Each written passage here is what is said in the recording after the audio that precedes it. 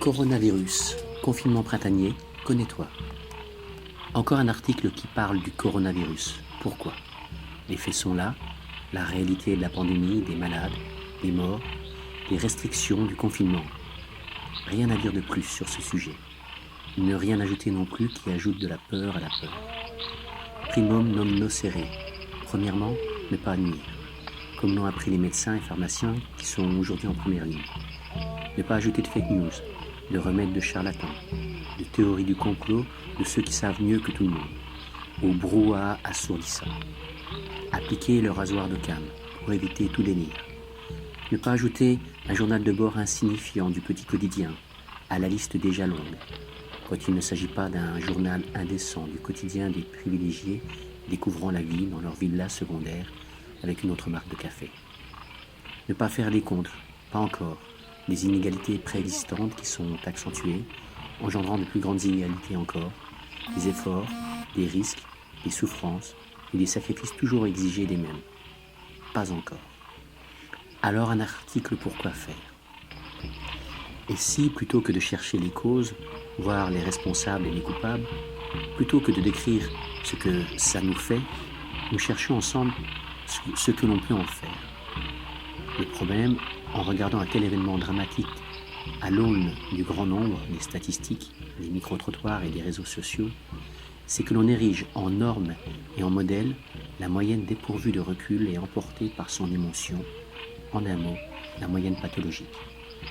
De même que la médecine et la psychologie se sont construites en étudiant des corps malades et des esprits en souffrance, il existe d'autres chemins qui s'inscrivent dans l'observation et le déploiement possible d'une meilleure santé physique et psychologique, voire d'un développement, d'une expansion de l'être sur les pas des plus avancés d'entre nous.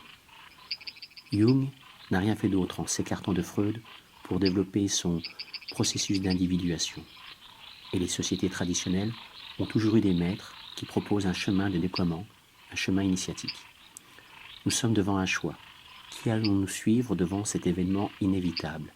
Les médias, le prêt-à-penser, les prophètes d'Apocalypse, nos peurs et nos instincts grégaires qui nous invitent à allonger les files d'attente devant les magasins d'alimentation en France et devant les marchands d'armes aux États-Unis, ou bien les sages, les bienfaiteurs, les philosophes et les maîtres, ceux qui ont quelques pas d'avance sur nous.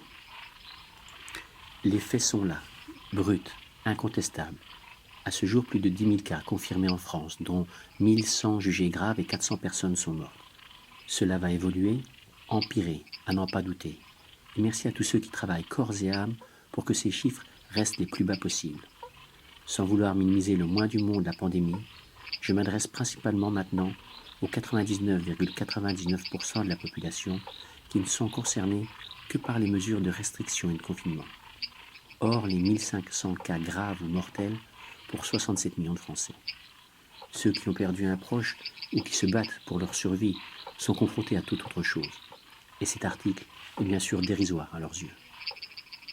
Mais pour 99,99% d'entre nous, il ne s'agit pour l'instant que de peur pour certains et de confinement pour tous. Alors quoi?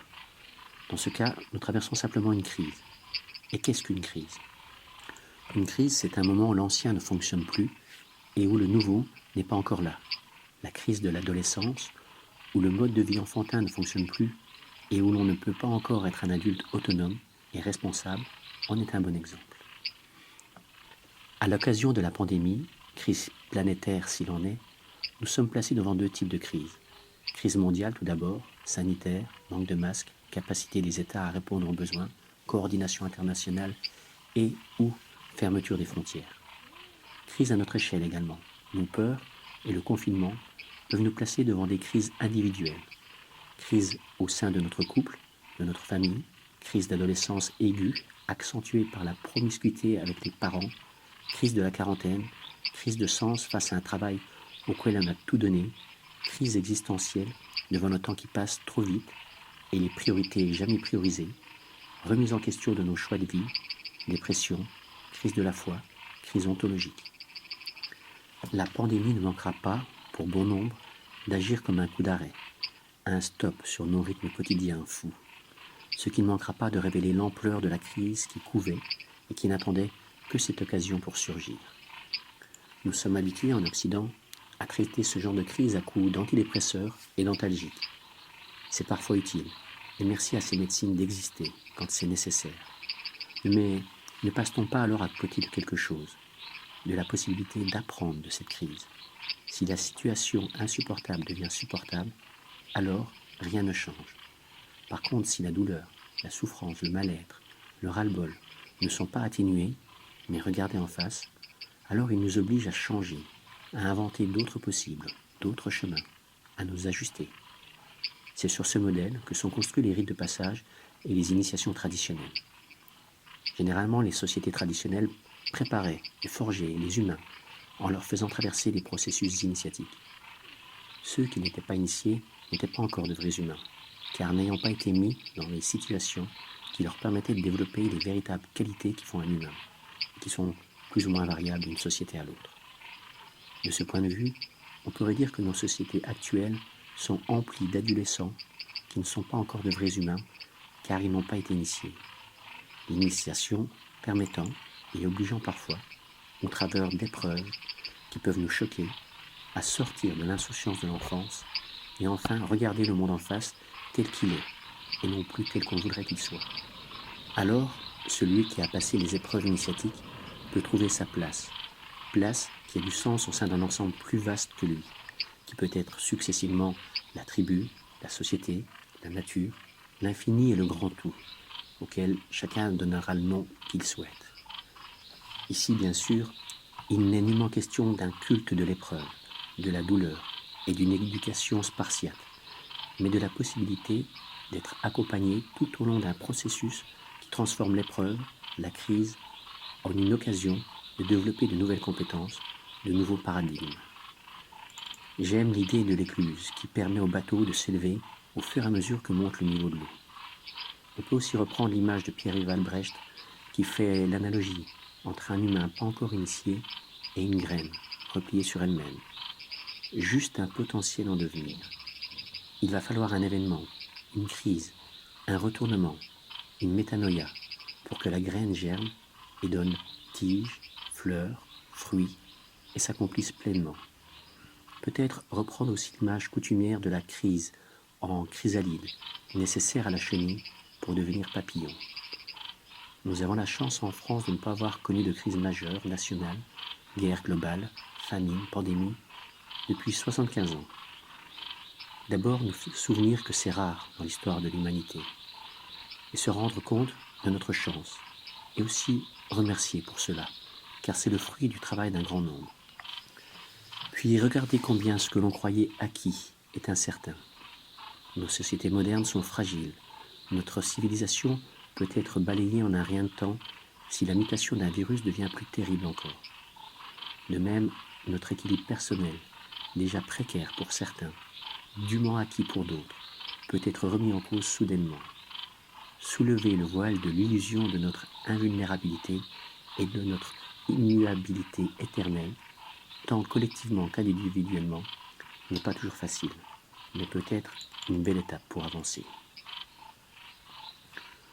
On sait depuis Ibn Khaldoun que les grandes civilisations sont inévitablement mortelles, qu'elles se succèdent en cycles, quand ceux qui construisent les merveilles d'une civilisation, science, art, grandeur d'âme, profitent de leur position pour eux et leurs seuls descendants, et s'endorment sur des coussins dorés, perdant toute noblesse et toute solidarité. Ils sont alors chassés lors d'une guerre, d'une crise, par des plus assoiffés qu'eux, des plus vivants, des plus cohérents, qui prendront leur place avant de tomber dans les mêmes travers. Ainsi, de cycle en cycle. Dans La machine à explorer le temps, H.G. Wells nous décrit un futur lointain de la Terre, peuplé en partie par les Éloïs. Ils sont présentés comme un peuple de privilégiés, se prélassant dans sa bêtise décadente. Leurs privilèges ne les ayant préparés à rien, si ce n'est à l'oisiveté. En fait un peuple d'incapables égoïstes peu ragoûtants. La crise actuelle, venant renforcer d'autres crises économiques, climatiques, de la biodiversité, etc., agit alors comme une révélatrice des inégalités, des dysfonctionnements, des impasses de notre société, qui ne pourront se résoudre qu'en nous obligeant à sortir de l'apathie et nous dépassant individuellement et collectivement. Nous voyons qu'au niveau individuel, comme au niveau global, la crise provoquée par le coronavirus nous met face à un choix. Soit atténuer le symptôme, laisser s'éteindre du mieux possible l'incendie, compter sur la médecine et le temps pour minimiser le nombre de décès, puis remettre un couvercle sur la marmite, les petits bouts de rustine devant tenir jusqu'à la prochaine crise qui ne manquera pas d'arriver. Soit prendre la mesure de ce qui n'est plus possible et se lancer dans un véritable processus de transformation. Dans ce deuxième cas, nous avons la chance que les initiations traditionnelles tout autour de la Terre, ainsi que la psychologie des profondeurs, nous aient laissé des modes d'emploi opératoires. Il est donc possible de profiter de cette crise pour se mettre en route et passer à l'étape suivante. Et si nous commencions par l'appliquer à nous-mêmes, en essayant de cheminer sur cette voie tracée par des plus éminents que nous, peut-être un chemin possible parmi d'autres pour les jours qui nous attendent. Première étape, le retrait. Nous y voilà obligés.